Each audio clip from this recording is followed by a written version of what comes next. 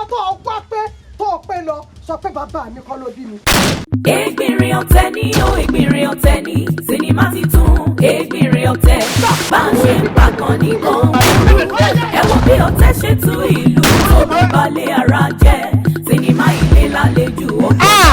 wọ́n gé orí mi lẹ́lẹ́ báyìí mo tó kù. ó kọ́ lọ́nà ni tó bá ti jáde kẹ́wò ẹ má gbà pọ́ kọjá bẹ́ẹ̀. Ègbìnrin ọ̀tẹ̀ wọn pa kankan rú wọn kẹyẹ mọ́gbọ́n wọn fina sọ́kò yìí ká akéré wọ́dọ̀ wọn ni wọ́n lè jáde ló bá di fíagán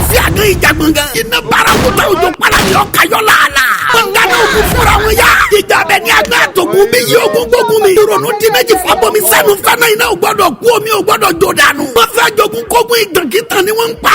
Ègbìnrin ọ̀tẹ̀ wọ́n sì kú ẹsẹ̀ rẹ̀ yọ síta akókìlẹ̀ pa ọ̀rọ̀ tẹ̀yìn sinimá titun Ègbìnrin ọ̀tẹ̀ rẹ̀ ó gbóná jẹjẹ kóná lala produced by Àṣeyọrí Films directed by Káyọ̀dé Ọláwépọ̀ starring Taofik Adéwálé Dìgbòlùjà Àbẹ̀ní Àgbọ̀n Àjànàkú Ayábọ̀rẹ̀ Ayọ̀ Wọléwọlé Káyọ̀dé Ọláwépọ̀ Akim Olùmẹ̀gbọ́n introducing Kọ́láwọlé Akínbọ̀ àti Ìyábọ̀ Ọmọlẹ́rẹ̀ sinimá titun Ègbìnrin ọ̀tẹ̀ ó ń bọ̀ lọ́nà dẹ́dẹ́ ní o tó bá jáde ẹ máa gbàgbó kọjá bẹ́ẹ̀ ẹ kú ojú lọ́nà ẹ̀.